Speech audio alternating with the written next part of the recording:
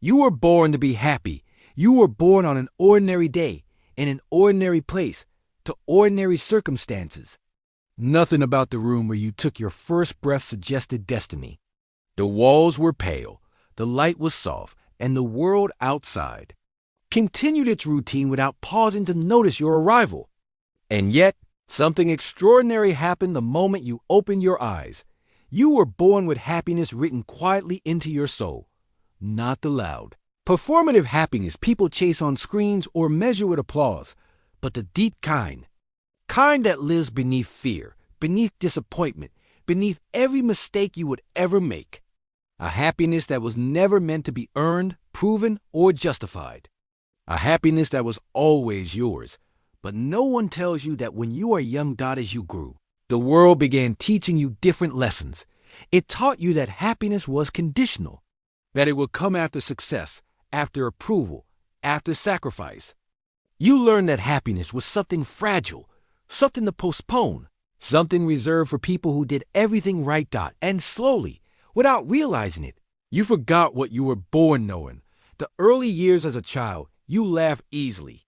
You ran without worrying how you looked. You cried without apologizing. You trusted joy the way you trust gravity without question.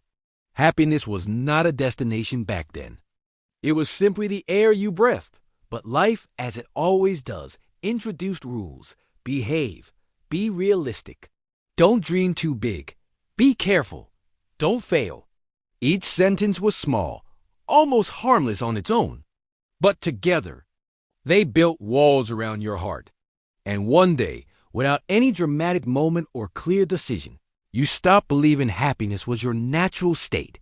You began to believe it was a reward, losing yourself to survive as the years pass.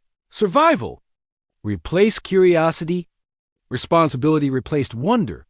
You learned how to be strong, how to endure, how to keep going even when nothing felt right. People praised you for that. They called you resilient, brave, responsible. No one noticed that your smile had become practice. No one asked when you stopped feeling alive. You told yourself it was normal. Everyone felt this way. Everyone was tired. Everyone was waiting for Sunday. So you waited. You waited for the right moment, for the right job, for the right relationship, for the pain to pass, for permission. And while you waited, life kept happening. The quiet question, it didn't come during a crisis. It didn't come with tears or panic. It came quietly on a day that looked like any other.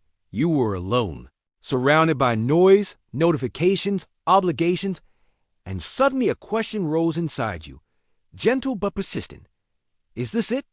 Not in a dramatic way, not with anger, just curiosity, mixed with sadness. You had done what you were supposed to do. You had followed the path, met expectations, avoided risks. And yet, something essential felt missing. Not success, not love, not money. Joy. Depend that depends on circumstances, but the kind that feels like alignment, like truth, like home. And for the first time in a long while, you listened. Remembering who you were. Memory has a strange way of returning when you're ready.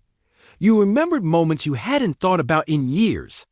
Sitting on the floor as a child, lost in imagination, laughing without reason, believing that tomorrow held magic, not just responsibility. You didn't want to go back in time. You wanted to go back to yourself. That's when you realized something powerful. Happiness had never abandoned you. You had simply buried it under expectations that were never yours to carry. You weren't broken. You were disconnected.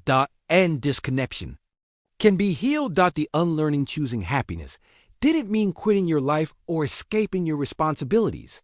It meant unlearning what you had been taught about worth. You unlearned that rest is laziness, that sensitivity is weakness, that joy must be justified. You unlearned the belief that suffering makes you noble and that happiness makes you shallow. You began to understand that pain may shape you, but it was never meant to define you. Happiness, you realize, is not a luxury. It is a birthright. Small acts of courage. The transformation didn't happen overnight. It happened quietly, in small acts of courage. You said no when you meant no. You rested without guilt. You allowed yourself to want things again. You stopped apologizing for your emotions. You stopped shrinking to make others comfortable. You stopped waiting for external validation to confirm your value. Some people didn't understand. Some people felt threatened. Some people left, and that hurt, but it hurt less than abandoning yourself. Redefining. Happiness revealed itself differently than you expected. It wasn't constant. It wasn't perfect. It didn't erase pain. It coexisted with sadness. It lived alongside uncertainty. It showed up in ordinary moments. In quiet mornings. In honest conversations. In choosing yourself again and again.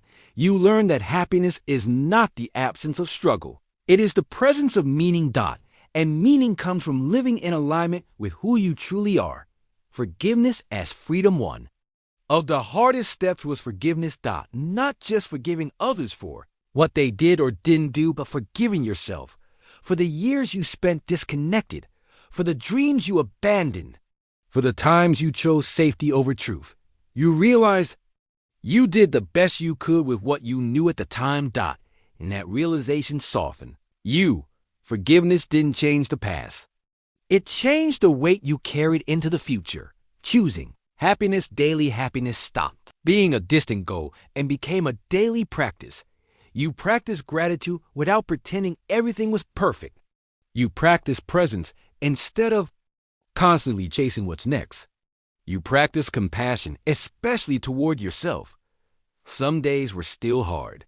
Some days joy felt far away, but now you knew something essential. Happiness was not something you had to find. It was something you had to allow. The truth you were born with. One day, the thought returned, but this time, it wasn't a question. It was a knowing. I was born to be happy. Not because life is easy. Not because pain doesn't exist. Not because everything goes as planned. But because happiness is your natural state. When you live in truth, you were not born to suffer endlessly. You were not born to merely survive.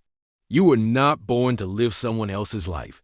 You were born to experience joy, connection, creativity, love, and peace in ways that are uniquely yours. Becoming a light. Something else happened as you reclaimed your happiness. You became lighter. And your light gave others permission to do the same. Not by preaching, not by explaining, but by being. By choosing yourself, by honoring your joy, by refusing to believe that suffering is the price of existence.